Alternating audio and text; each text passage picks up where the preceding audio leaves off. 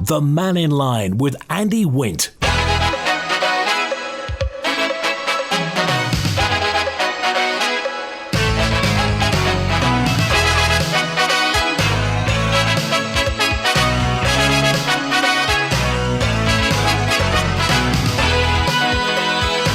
Faster Mike, good afternoon. Welcome to Mannin Line on Manx Radio. An open line today till 1 o'clock. Call 66 13 68. Text or WhatsApp on 166 177 or email studio@manxradio.com to have your say about whatever's on your mind. Well, quite a few concerns raised last night at the Mannin offshore wind farm proposal public meeting in Laxey. It has to be said that the majority of residents at the meeting were against the proposal. 3 people did say that they were for it. So if you were there, got any thoughts on that, then we'll hear from some of the residents later on. Call and text and email and WhatsApp, whatever you want to do. A note, thank you, Juan. Juan tells me, by the way, that he said the department seems to be determined to get rid of the railways because apparently the government is considering selling the Manx Electric Railway depot at Derby Castle. A brochure published by Chapman's is basically showing the site is for sale in a bid to basically offload it for development. Of course, the Summerland 2 was demolished 20 odd years ago, and the site's just sat empty since, disturbed only by parking and the occasional annual memorial service.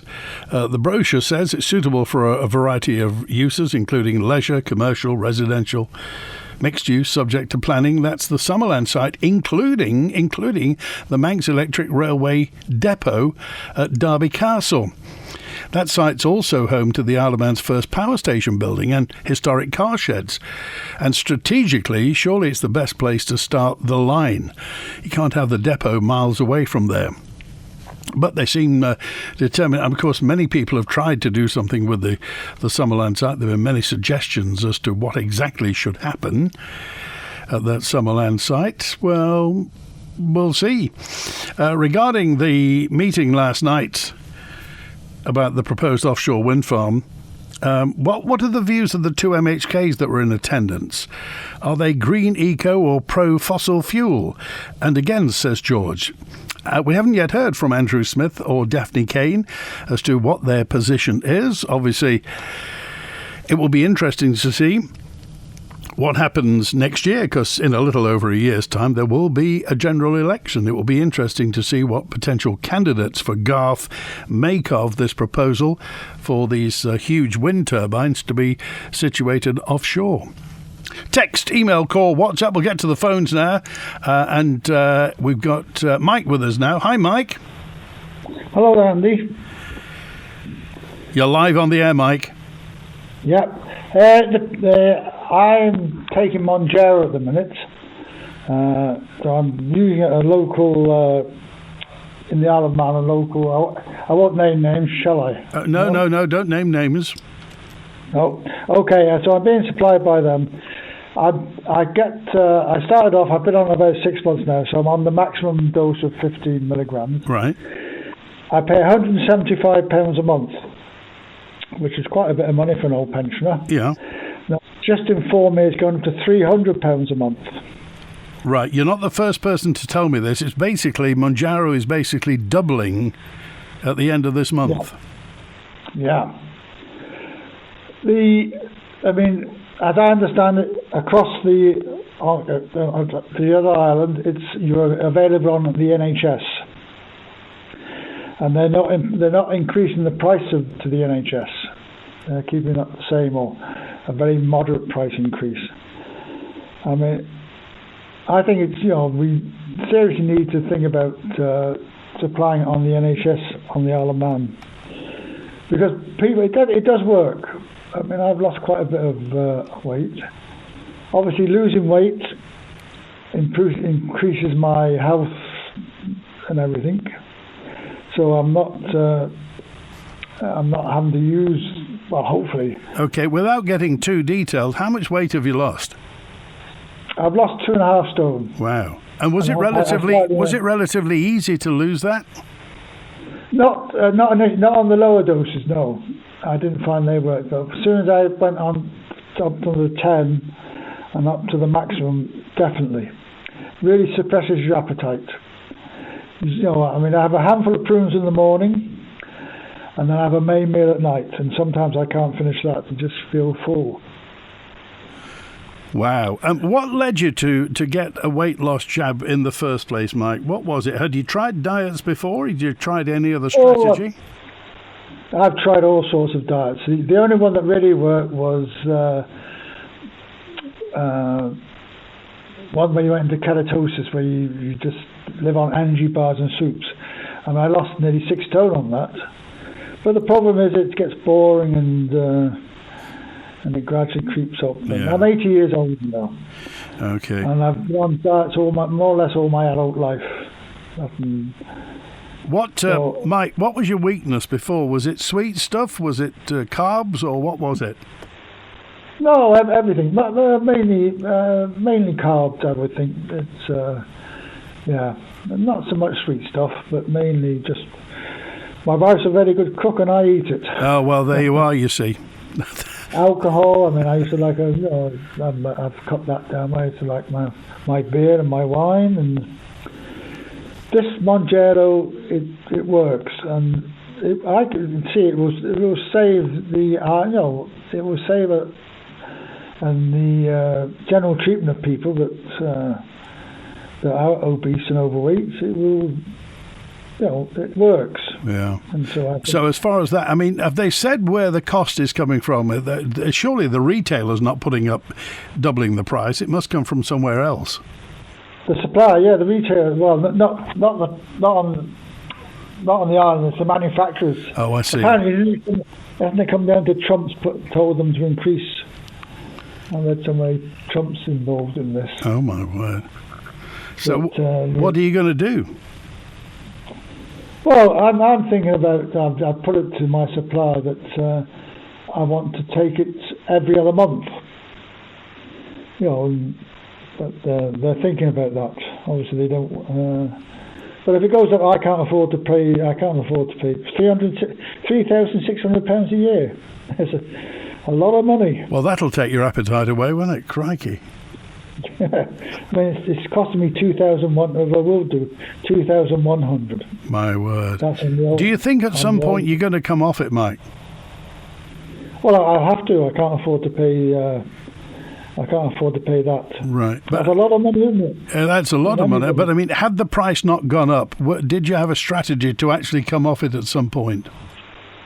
Yes, I think I was trying and slowly wean myself, and try and get to a stage where I could, I was going to try and wean myself off. Right, okay. Well, Mike, look, we wish you the best, and I hope that can all get reconciled, and at some point you can come off that and eat your wife's delicious cooking without putting weight on. Yeah, but I honestly think that the health, the NHS, the Manx Care, whoever they are, really need to take a serious look about supplying this. Okay, all right, good point. We appreciate it, Mike. Thanks for calling today. Bye now. Good to hear from you. So that's a very good point worth raising. If you're on a weight loss jab, whether it's Mounjaro or Wegovy, is it shooting up in price? Well, I've heard that Mounjaro is certainly going up in price. And do you think this is something that our health service, Manx Care obviously, should be hoovering up for us? Because the idea at the other end of this is not just, to lose weight for the sake of it. It's to actually improve your health. And presumably if you improve your health by losing weight, that will take the stress off certain things that Manx Care would have to address. And of course, these weight loss jabs are actually from diabetes. They were to suppress appetite in people with diabetes. So, any thoughts on this? By all means, do get in touch if you're on the weight loss jabs. So, a ruined view concerns over Orsted's finances and the environmental impact. Just some of the concerns raised at the public meeting held by Garth commissioners in Laxey about the Mannin offshore wind farm project. The majority of residents against the proposal. I wanted to see democracy in action, to see both the commissioners and hopefully our elected representatives listen to the views of at least some of the constituents. And you were one of the 3 people that put their hands up to say they were in favour of the proposal. Why are you in favour of it? I'm in favour because I'm deeply concerned over the issues of the climate change, result of greenhouse gas emissions, and the biodiversity loss crises. There is no perfect solution, but we have to take a responsibility as a nation and our place internationally to tackle these really important issues of our time. I was concerned primarily the fact that the Isle of Man as an independent state was going to allow another country, a Danish company, representing effectively the UK national grid, to build a wind farm in our territorial waters. And I don't believe there's anywhere else in the world where a country, a sovereign state, has allowed another sovereign state to build such a structure in their territorial waters for all of the energy to go to that other state. It seems bizarre and mad to me. And what would you like to see from the meeting? Are you going to reply to the public consultation yourself? I've already put some presentations forward, but we will do. That was some of the people at the meeting last night. Julian's on now. Hi, Julian. Hi, Andy. How are you doing? Very well. Were you at the meeting last night? I was. It was very interesting. There were many excellent questions relating to Ørsted's precarious financial situation, the vast scale of the wind farm and its potential negative effects on tourism and house values, and that'll be all the way from Ramsey to Douglas Head. The vast majority of people did not want it.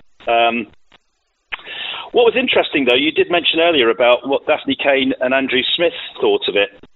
Daphne Kane was asked what her position is regarding the Mannin offshore wind farm, but she declined to give her opinion, citing her obligation as a member of the Council of Ministers who have accepted the task of examining Ørsted's application for the development of the Mannin project. So Daphne's evasiveness led to quite a few members of the audience asking her to recuse herself from the application process because they felt that she was placing herself above the constituents that voted for her in as an MHK in the first place. Somebody also mentioned in the audience that Daphne had been at the COP26 climate summit in Glasgow on the 4th of November 21, and that she had made a statement saying that the UK had agreed to the Isle of Man's joining the UK ratification of the Paris Agreement. So it just seems that many of the people in the audience felt that Daphne is at odds with her own constituents when they don't want this. Which amounts to, installing almost 90 wind turbines that will be significantly taller than the Shard in London, if anyone's seen that. Andrew Smith, although he's not on the Council of Ministers, made it clear that he's completely against the Mannin wind farm project. Another audience member mentioned that the reason for the talk about renovating the control tower at Derby Airfield, which has been in the news recently, and there was talk some time ago about potentially building a new airport, is because there are rumours of plans to place a large offshore wind farm off Laxey in the south of the island, right, rendering the approach route to Ronaldsway impossible. So there's something that perhaps we need to find out if there is. And where did that come from? This was a member in the audience who said that they had heard that there were plans to, once more Vannins in, they would move onto Laxey. What's also was mentioned was Ørsted have made an offer of 100 megawatts of electricity to the Isle of Man, which begs the question, what's the point of the Kervai onshore wind farm if that happens? Because if they're going to bring it here anyway. When you say 100 megawatts what, per year or over the term? That would be the capacity of the interconnector that would be brought from Mannin. Oh, right. Although there's no specification as to whether that would be all the time or only when the wind's blowing, which is about 30 to 40% of the time. And also, is it true that that Ørsted will basically bring the interconnector as far as Groudle, and then we would have to pay for everything from where it came ashore at Groudle to get it into our infrastructure? Yeah, this is all vague at the moment, but of course that would cost millions and millions. as we've seen, they can't even keep the pavement clear of weeds on King Edward Road. I went past there yesterday, and you can't even see the pavement anymore. It's got 5-foot weeds almost the entire length, although you do see the odd bit of pavement occasionally. And a really interesting point that was made by an audience member, if you look at the Climate Change Act, it states that the baseline date for emissions from the island was in 2018 onwards. So everything starts from 2018 on our particular Climate Change Act. But the biggest change to the island's emissions happened in 2003 when we had the modern, much cleaner gas turbine and heat recovery steam generator system at Pulrose. So the huge improvement to the island's emissions and its, the emissions footprint will never be taken into account from our Climate Change Act.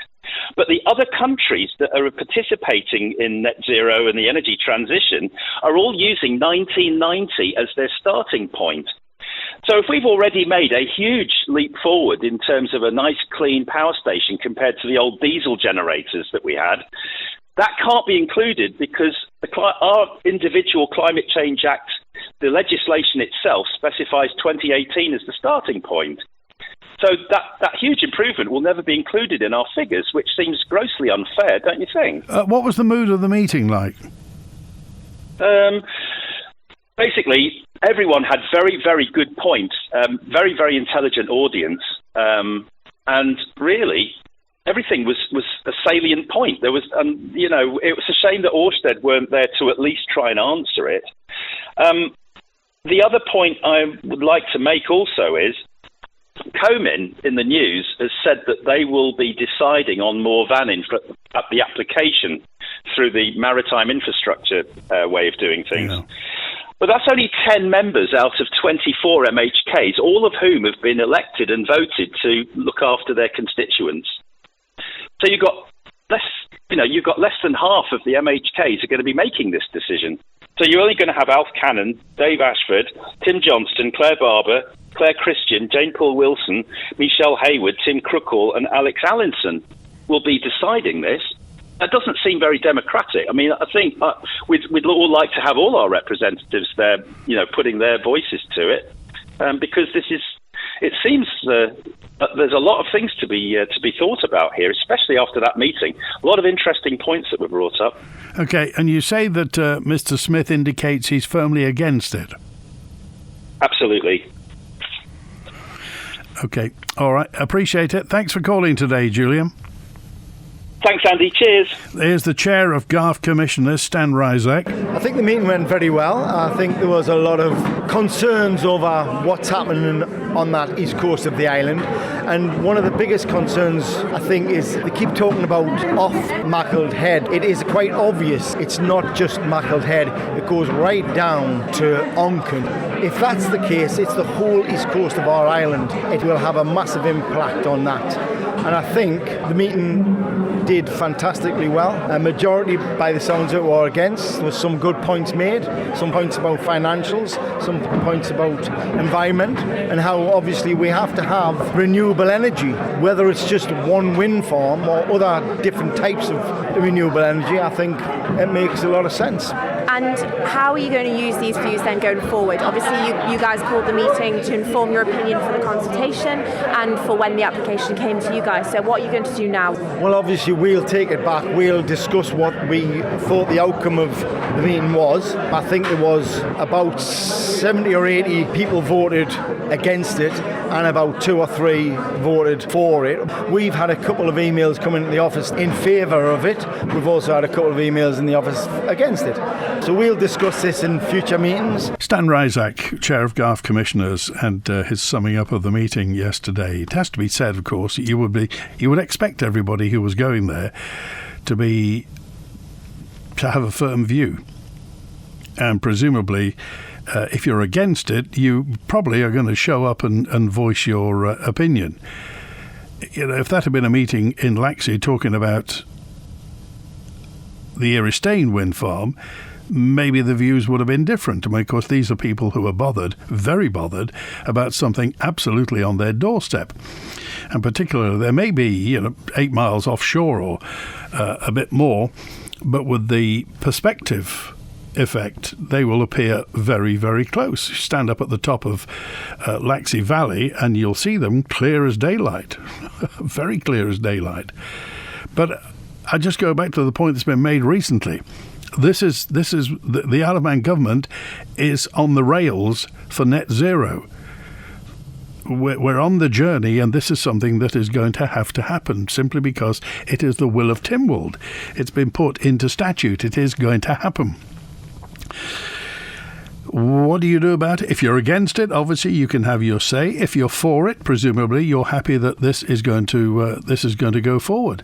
I just wonder what your thoughts are. Text, email, call and WhatsApp on this. And also just regarding this thing about the Manx Electric Railway Depot at Derby Castle, which the government would consider selling as part of offloading the Summerland site. Obviously, the department will consider development proposals involving the purchase and redevelopment of the MER depot on the basis that existing or similar facilities will be provided with the enlarged scheme. And also the purchase will be expected to incorporate a memorial garden within this design. The future of Summerland. Seems like we've been talking about that for a long time. World-class racing returns to the Isle of Man.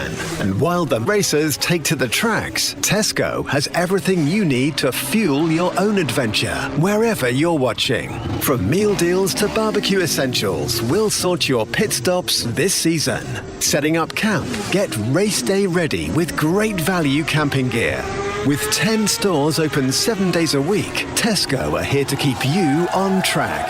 Tesco, every little helps. Room. Yes, come through and have a look. John called Manx Property Conversions. We now have an extra bedroom, but it could be another reception room, kids' playroom or office. They also did our conservatory roof last year. We were so impressed, we got them back to convert the garage. Wow, I need that. What's their number again? Call MPC on 450 500. That's 450 500. Or find them on Facebook at Manx Property Conversions. LVW Law are a team of experienced advocates, solicitors and barristers, trained mediators and international arbitrators. Let them help you achieve the best possible outcome in your case with their wide range of legal services for businesses, corporate and private clients. You can trust the LVW Law team to fight for you every step of the way.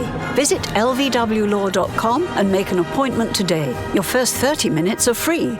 LVW Law, they're on your side. Are you a small charity here on the Isle of Man?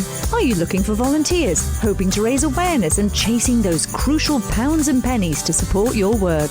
Well, Manx Radio can help.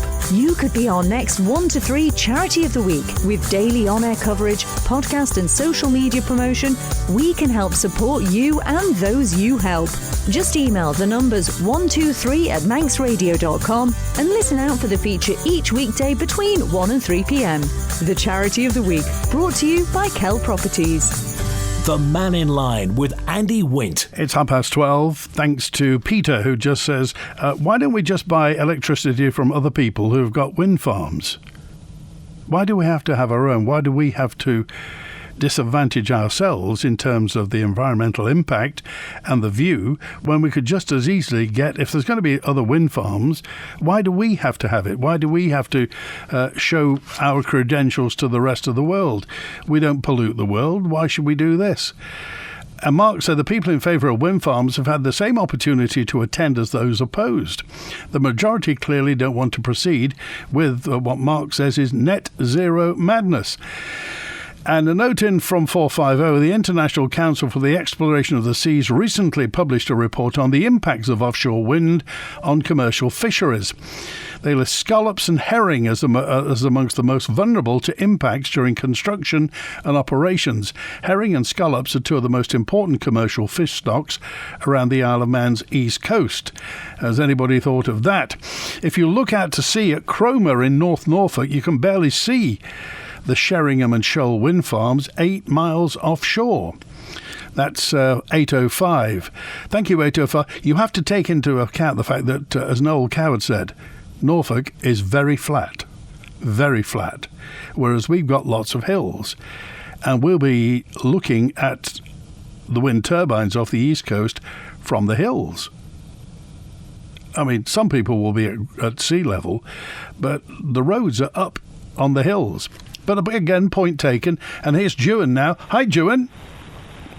How you doing, Andy? Very well, thanks. Yeah. What a gorgeous day. Yeah, absolutely. For ducks, isn't it? Yeah. I went out to eat the other night. Well, the bill suppressed my appetite. It's there's a good way to go. I just wonder with this Mounjaro thing, I'm just listening to your previous caller there, and he said he got bored with his diet.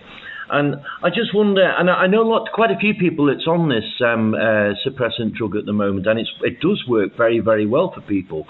But I just wonder, is that the easy alternative? I mean, you do have to go out and exercise and do stuff as well to get this working, because as soon as you come off it, you're just going to go back to where you were, surely. So I just wonder if it's the easy answer for people, and they think it's going to be the miracle cure.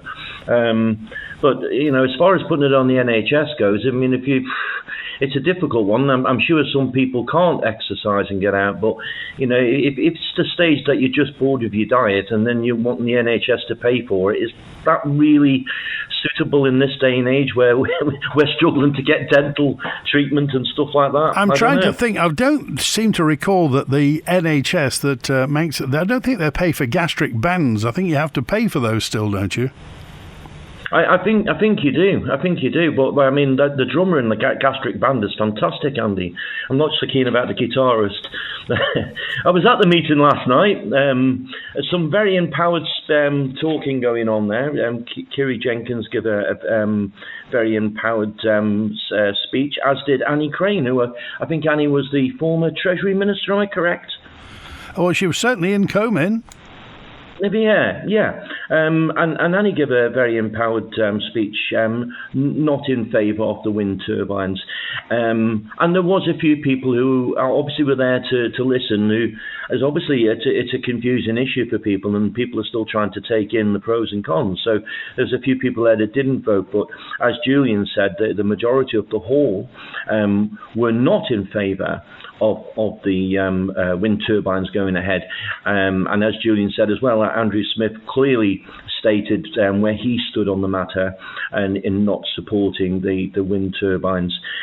I think the disappointment, and I don't know whether the blame is all with Daphne on this, but abstaining from making where you stand to your electorate is not a good view for the people who voted you in. We said on this programme a few times, Andy, about you vote for the people, you give your vote, you vote by consent, you give your vote to your representative to represent you within the government. So Daphne made a comment about not being conflicted, and I did make the comment back to her that I thought she was conflicted. She was the chair of the Climate Change Board, and also not being able to stand in front of your representatives and tell them where you personally lie, I think causes a problematic issue within government for your elected representative, would you say? Well, the one thing you could say about her is she's certainly a team player where Comyn's concerned, isn't she? And she's made no secret of the fact in the past about the fact that she very, very much supports the net zero policy on the Isle of Man. So it would be a bit strange if she did a handbrake turn at the meeting last night. Pardon me, but just to appear popular, she's obviously standing up for her own principles. Well, and that's fine. But again, would the electorate have voted her in last time if we know where we are now? And the question again has to be: are we trying to fix something here that's not broken? You had an email in before, I think, about, or I think it was the guy that spoke last night at the meeting. Sorry, you played it earlier on about we have to be part of the bigger world. And we're doing quite well over here. I think Julian mentioned our biggest problem here was the old Pulrose power station, which was cleaned up many years ago. Yeah. So we do a good part in what we do over here. And are we going to bankrupt ourselves to support something in the world which probably is going to happen regardless, It's just someone somewhere is making a vast fortune out of something. If we're going into a solar minimum or something like that in the next few years, we're at the peak of where we are. And, whatever they do is not going to change. It's going to make someone a lot of money somewhere. Yeah. I mean, all I have to do is look at Al Gore and John Kerry's bank accounts since they started being climate czars to find out who's making the money. Okay. So as far as our island's concerned, we do need sustainability in electricity, power, food, and water as our sustainability. We can pull the drawbridge up from the storm that's going to hit everywhere else. Okay. But I don't think the wind turbines is the way forward. All right. And again, I had to go back to geoengineering. Okay, appreciate it, Joe, and thanks for calling us today. Take care, Andy. Okay, and a message in just says, this is regarding the wind turbines. Lots of messages in regarding the wind turbines. Can you define net zero to me? Says Desmond. Well, I'll do my best. Net zero, global net zero emissions are reached when greenhouse gas emissions and removals of greenhouse gas emissions due to human activities are in balance. So net zero emissions, often that's where net zero comes from. Once global net zero is achieved, the people say further global warming is expected to stop. Now, emissions can refer to all greenhouse gases, not only to carbon dioxide, well, actually it's carbon monoxide. That's incomplete combustion. And when carbon monoxide gets into the atmosphere, it takes another oxygen molecule and becomes carbon dioxide. So when people talk about carbon dioxide, they're really talking about carbon monoxide. So reaching net zero is necessary to stop further global warming, is what is suggested. It requires deep cuts in emissions, for example, by shifting from fossil fuels to sustainable energy. Things like PV panels, solar panels, and wind turbines, tidal energy, stuff like that, improving energy efficiency and halting deforestation. A small remaining fraction of emissions can then be offset by using what's called carbon dioxide removal. That really, in a nutshell, is what net zero amounts to, and that's really what despite the fact that we don't really emit that much, we're in on the global trend to go net zero. That's what it's all about. Right, back to the phones we go, and let's see, we got Jeffrey with us now. Hello, Jeffrey. Hi, Andy. You've just been explaining it all to us. That's a good idea. My problem being is, why? Why do we have to do this? Are we not got enough energy and gas coming in? We have to stop it because somebody has said that we'll solve the problem. What's happened over the last few years is the concept of global warming and climate change, as it's now called, there are people who say that the seas are going to rise and the icebergs are going to melt, and it will cause all sorts of climatic problems. So really, what we need to do is cut emissions worldwide. Emissions have to be cut, and therefore it can be reversed. So they say. So you've been across to China and told them, of course. Well, this is it. The whole thing about India and China, who are the world's biggest polluters and the world's biggest emitters, but that fact seems to have passed them by. Exactly. And yet we, as a small island, as we all know, we are going down this road because somebody else over there is telling us what to do. And we've got MHKs here have got on the bandwagon. So the people of this island, 10 years, 15 years, are going to suffer through the ideals of these people doing what they're doing. I can't find anybody, apart from one or two, agrees to stick these damn things all over the place in the Irish waters. It will spoil the island. And just changing the point a little bit, somebody needs to look at Holland. The farmers in Holland are starting now to take them down because they're causing problems. So my question is also saying, why do we have to do it? Is it somebody over there telling us that we have to do it when we are supposed to be independent? Or is it the MHKs in our island decided we have to do it?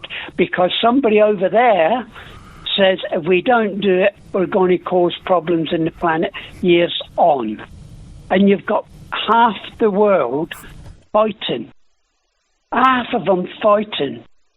I don't want to change the thing about people starving and everything else, but the priority seems to me, every time you look on YouTube, you look on the news, climate change. We had somebody on the television a couple of weeks back saying it's climate change. The farmers can't get the food out.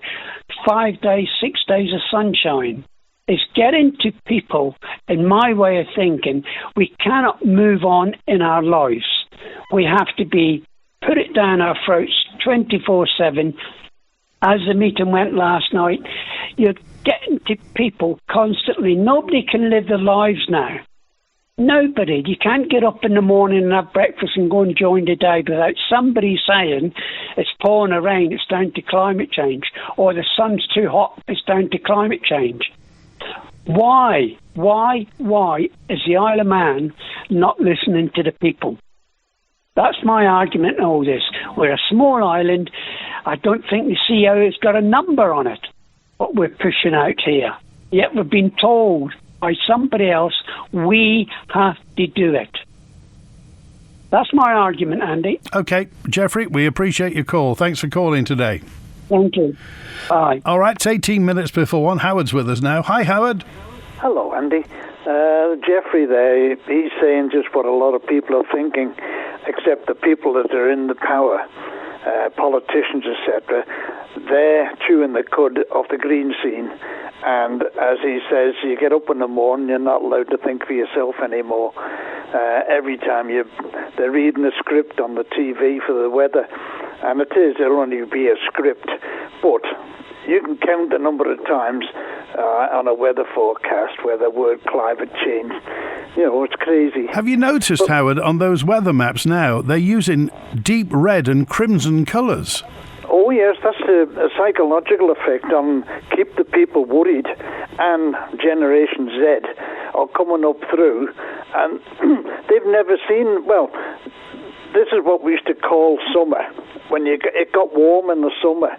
Now they're having sun bombs and thunder bombs and all this, that and the other. People of my age, we used to go out in the summer and we'd be playing all day long. And, I said to one lady yesterday, my mother used to say, if you come in again, you're staying in. And that was it. We'd be out until the lights come on at night. But not today. You're not allowed to do that with these people that's on the television, keeping brainwashed, is the word. But anyway, what I was coming on for, and it was something you mentioned a minute ago, the Summerland site. Yeah. And somebody within government possibly is talking about incorporating the tramway, the electric tram garages, etc. Yeah. But how many of those people have actually been in those tram sheds? Because I don't know if you've been in personally, but if you go in there, that's potted history. And I've been in several times, but the last time I was in, there was one younger chap, and he enthusiastic about the place. He loves it. He works in there, and they got Andrew Scarf, who's part and parcel of it, and he loves being in amongst the trams. But down the bottom end of one of those sheds, there's a huge big, and I think it's a transformer. And this young fellow said to us, that there transformer, and it is large. He said that was built by the same people who built the transformers, the electrical equipment for the Titanic. Good Lord. Yeah, and that, I don't know if it's still working, I doubt it, but it's there in the bottom end of the old tramway shed. And you know the Titanic, she went down 1912. So we've got a serious gap between that and what we've got in Douglas here. So if they're talking about possibly incorporating that, where are they going to keep the trams? Are we going to get another halfway tram system? Well, going to the, presumably, and like as you say, I've I've been in that shed, and it's like a museum. It's one of those things, and many people think, you can't go in there. You can at certain times. You can go around and have a look, So it'll be interesting to see. And obviously, the government is obviously trying to get land off its hands and trying to get some money. And they're trying to get the Summerland site, do something with the Summerland site. Now, various people in the past have tried to do it. I remember, I think, the two Mr. Priests, I think at one time were trying to do something with that. Mm-hmm. But I think they mentioned the forbidden word apartments. So it all got pushed to one side. So who knows what's going to happen? I mean, the Summerland site, Howard, is huge, isn't it? It is. The rock structure, I remember that being built, and the old park superintendent, Eric Coward, he was advising you remember all the rock face there. It was pinned, and the palm trees and plants are all growing up. It was meant to be established, and it would have been established now. But that rock face is of I suppose a poor quality stone.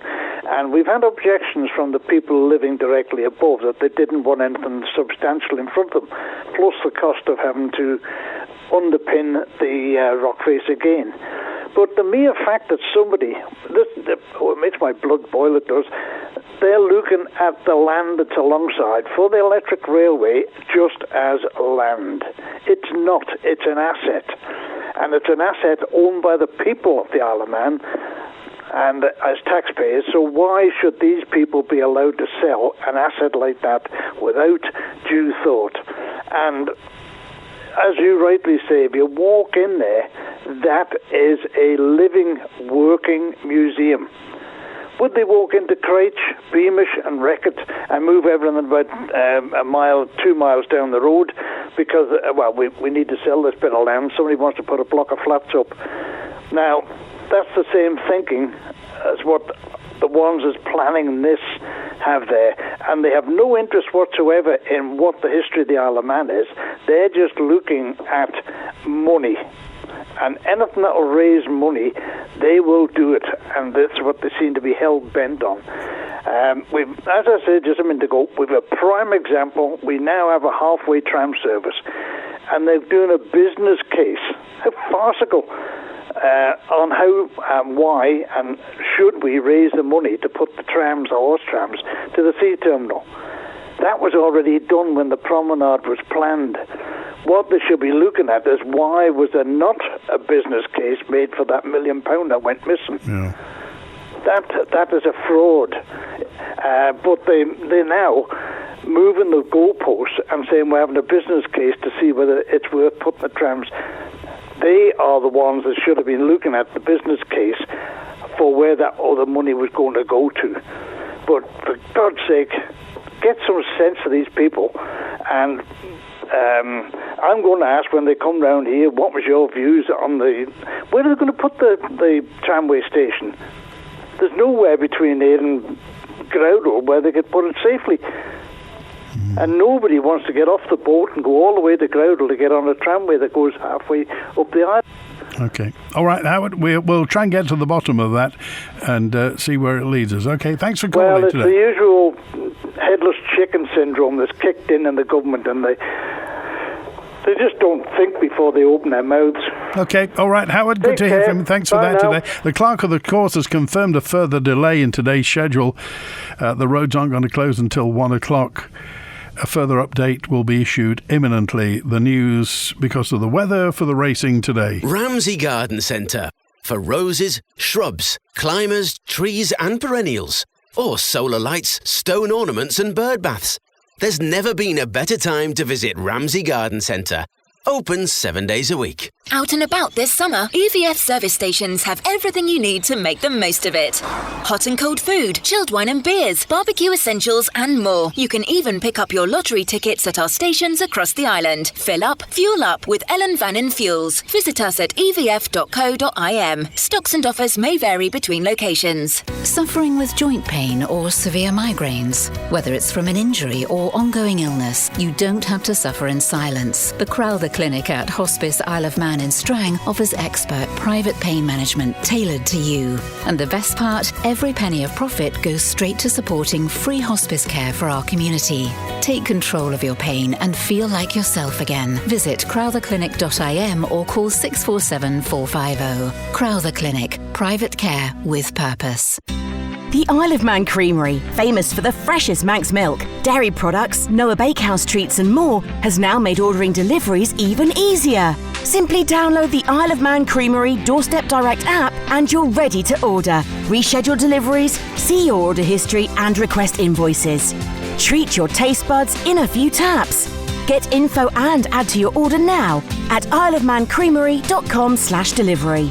Or visit your app store to download the app now. As part of MGP and Classic TT25, look to the skies above Douglas Bay. For the very first time, the RAF Typhoon will be thundering into action to display above the Isle of Man. Thursday at 7:30 p.m. Don't miss the breathtaking speed, power and noise of Britain's frontline jet fighter. Catch every manoeuvre with commentary live on Manx Radio FM and AM. Bring a radio tune in and feel the thrill as it happens. The Royal Air Force Typhoon display. Loud, fast and unforgettable. The Mannin Line with Andy Wint. 8 minutes to 1. Anthony said the wind turbines might eventually reduce electricity bills for people who are struggling. We need somebody to work out the basic, easy to understand numbers for people to understand to make informed decisions, says Anthony. Thank you, Anthony. And Bonzo's on. Hello, Bonzo. Hello there. Yes, I hope you've got your earplugs for tomorrow for when the typhoon comes to visit. Okay. Oh, yes, when they light the burners on that, yes, things shake and the air tears up. So, have you ever seen the Vulcan? You must have seen the Vulcan. Oh, crikey, yes, that made some noise. Oh, yeah, it's that kind of thing. Yes, as regards yesterday evening's meeting regarding the Mannin wind farm, and I think in particular some of the flack that Daphne Kane's getting. I was hearing one person who was saying that somehow, or inferring that somehow Daphne Kane had been disingenuous with the electorate when standing for as MHK 21, by not really stating her position on climate change and renewables and such. And that position was very well known. She attended COP as a departmental member of DEFRA, if I remember rightly. So that was part of her government duties anyway. And as I say, her position is quite well known. It's been continuously well known. But now she is a member of COMIN, and COMIN, strangely enough, sits to manage things in the national interest, not entirely for the interests of members' constituencies.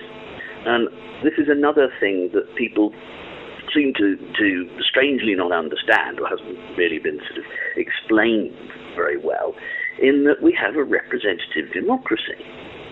And yes, people put on their manifestos, this is what I'm going to do, this is what I'm going to do, this is my view, etc.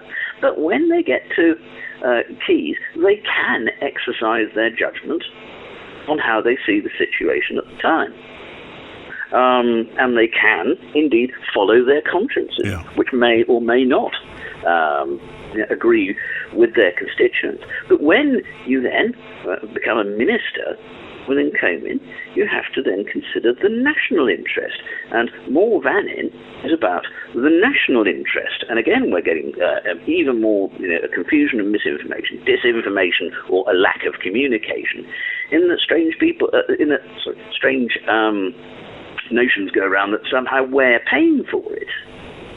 Or why aren't we getting free electricity from it? Or why do we need it when we're going to have a 20 megawatt wind farm there?